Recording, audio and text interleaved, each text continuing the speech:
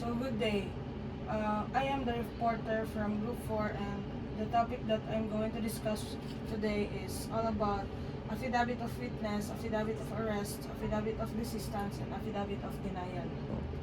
So, affidavit of witness.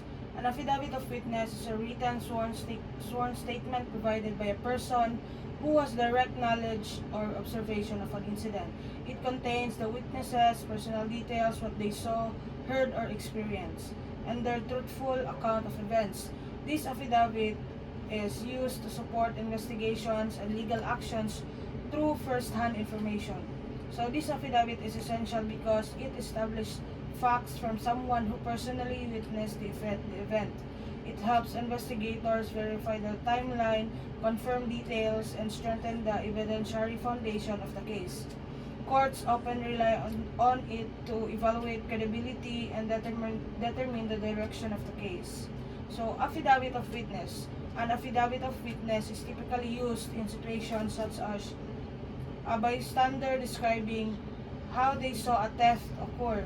Second, an employee recounting an incident of workplace violence. The third is a neighbor explaining what they observed during a dispute or crime. So, affidavit of witness is a written statement in which a person describes facts they personally observe.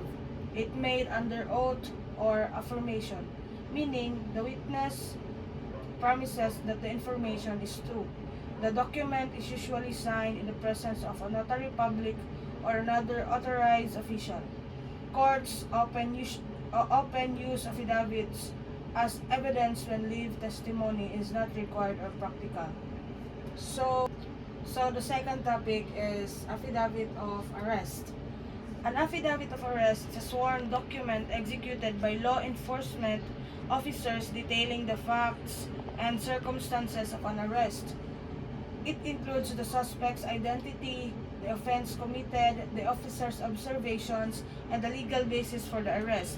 This document explains why the arrests are lawful. This affidavit is essential because it justifies the arrest and shows that the officer acted within legal authority.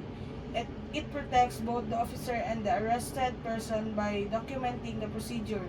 It is also presented in court during inquest or preliminary investigation to prove probable cause. So, examples of affidavit of arrest. After arresting a suspect caught stealing in a store. Second, when apprehending someone for illegal drugs based on surveillance and buy-bust operations. Third, following a warrantless arrest during a crime in progress. So, affidavit of arrest, it is usually completed by a police officer or investigator who participated in or reviewed the arrest. The affidavit outlines the evidence, observation, and circumstances that show probable cause. Show probable cause. It is signed under oath, making the information legally binding and trustworthy. Courts use this affidavit to determine whether the arrest was lawful and supported by sufficient evidence. So the third topic is all about affidavit of desistance. So affidavit of desistance is a sworn statement by a complainant declaring that they no longer wish to pursue a case or complaint. It usually states that a conflict has been settled or the complainant has lost interest in continuing legal action. This affidavit is essential because it may lead to the withdrawal or dismissal of a case, especially if the case depends on the complainant's active participation.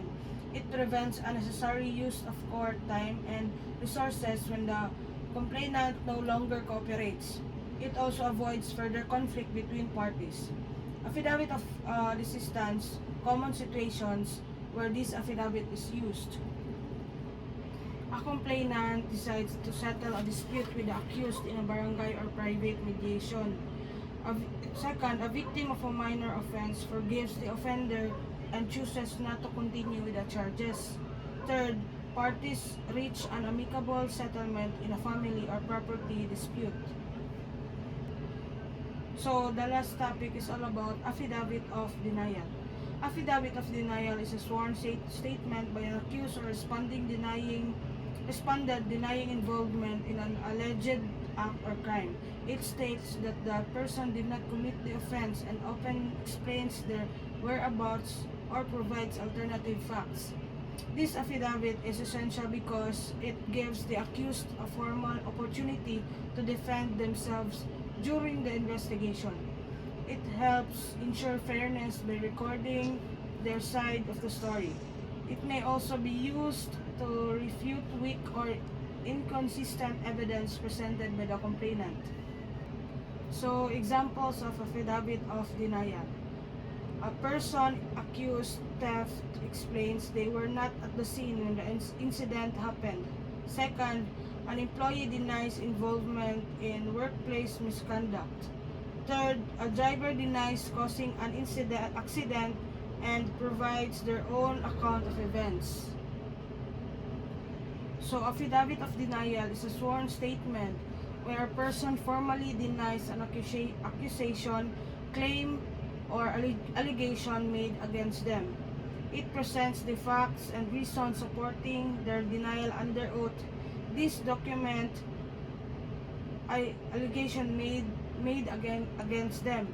It presents the facts and reasons supporting their denial under oath. This document is used in legal proceedings to clarify a party's position and provide evidence of their non-involvement or disagreement with the charges. So that's all. Thank you.